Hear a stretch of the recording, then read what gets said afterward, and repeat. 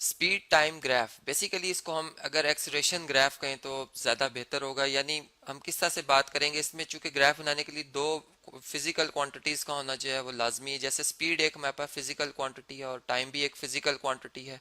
अब इसमें ये बात के जो डिपेंडेंट और इंडिपेंडेंट वेरिएबल के हिसाब से, तो टाइम जो होता है वो इंडिपेंडेंट होता है। यानी हम ये बात जानते हैं कि जब हम एक्स एक्सिस और वाई एक्सिस ड्रॉ करते हैं तो एक्स एक्सिस के लॉन्ग जो है, यानी जो हॉरिजॉन्टल लाइन आपको नजर इसके लॉन्ग ज़्यादातर हम जो है वो यानी इंडिपेंडेंट वेरिएबल रखते हैं। वो वेरिएबल जिसकी वैल्यू जो है वो किसी दूसरे वेरिएबल पर डिपेंड नहीं करती, ठीक है। जबकि वो वैल्यू जो कि दूसरे पे डिपेंड कर रही होती है, दूसरे वेरिएबल पर, उसको हम कहते हैं डिपेंडेंट वेरिएबल, जो कि स्पीड है।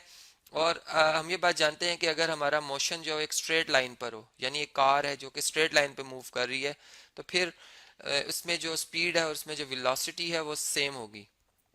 तो यहाँ पर हम ये बात करते हैं कि ये हमारे पास जो वेलोसिटी के यूनिट है वो मीटर पर सेकंड होने चाहिए, टाइम के सेकंड्स होने चाहिए, जो कि इनके स्टैंडर्ड यूनिट है। और फिर अगर हम इनका ग्राफ बनाएं तो किस तरह से हम इस बात को स्टडी कर सकते हैं, देखें इसमें डिफरेंट केसेस आते हैं।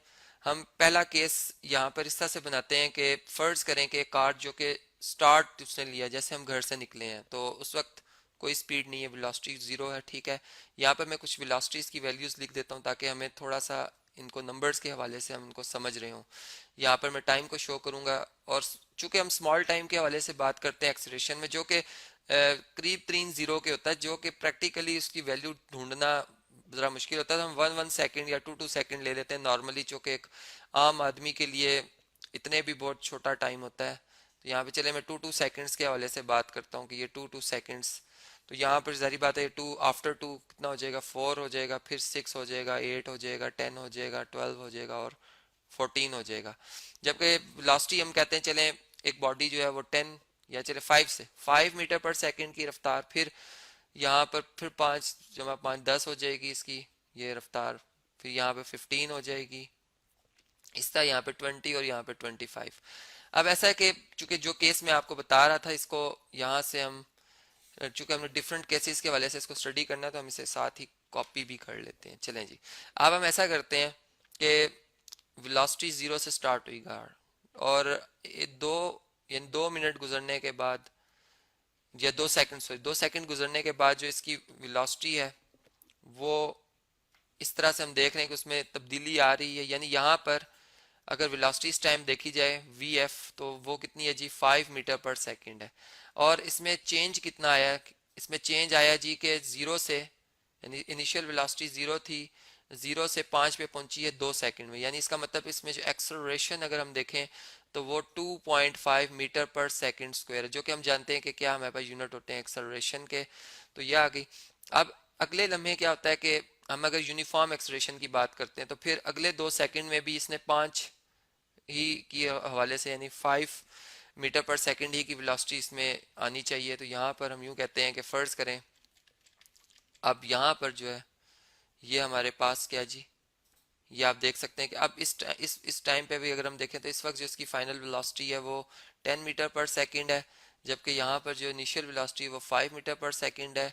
इनमें जो चेंज आई है आफ्टर 2 सेकंड वो कितनी आई है, 5 मीटर पर सेकंड आई है। और अगर मैं इसको चेंज इन टाइम से डिवाइड कर देता हूँ जो कि 2 सेकंड गुजरने के बाद है, तो जो एक्सलेरेशन, एवरेज एक्सलेरेशन की हम बात करेंगे तो वो हमारे पास क्या आ जाएगी जी, वो 5/2 मीटर पर सेकंड स्क्वायर ही आएगी, जो कि पहले भी हमारे पास यही वैल्यू आई थी।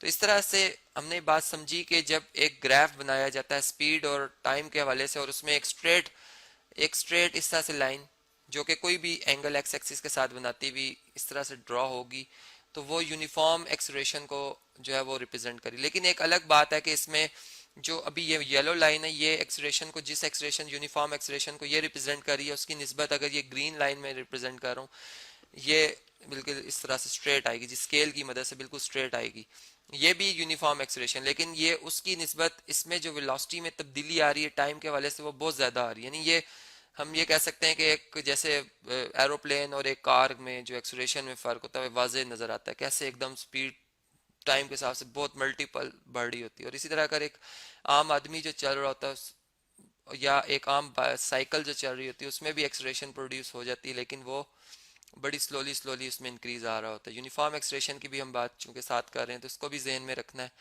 कि एक जैसी चेंज आ रही है वेलोसिटी में एक जैसे टाइम के बाद।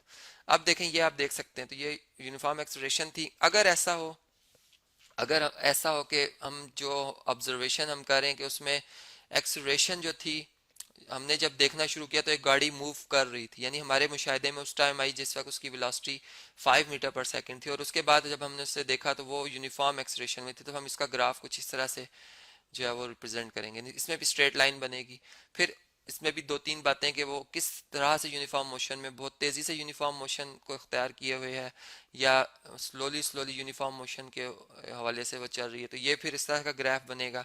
यानी ग्राफिकली जब हम इन बात देख रहे होते हैं तो ये फिर हमें समझ में आती है कि एक्सलेरेशन कैसे यूनिफॉर्म है। अगर फर्ज करें हमने ये देखना है कि जो एक्सलेरेशन है वो नहीं है, तो क्या होगा जी कि बॉडी यूनिफॉर्म मोशन में है। यानी अगर यूनिफॉर्म एक्सलेरेशन, अगर मैं यूं कहूँ कि एक्सलेरेशन जीरो है, तो इसका दूसरा जो मीनिंग होता है वो ये होता है कि बॉडी में जो वेलोसिटी की तब्दीली आ रही है वो एक जैसी आ रही है, यानी वी आई।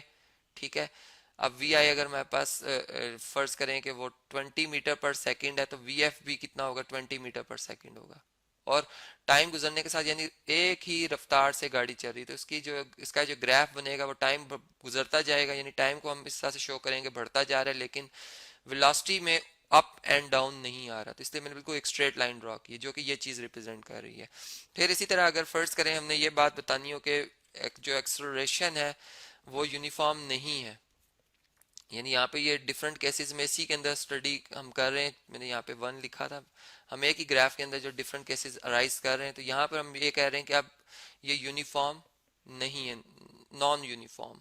ठीक है, तो फिर क्या होगा जी, अगर एक्सेलरेशन जो है वो नॉन यूनिफॉर्म होगी, तो फिर फर्ज करें कि पहले इसमें इस तरह से इंक्रीज हो रहा था, यानी आस्ता आस्ता ये इंक्रीज हो रही है।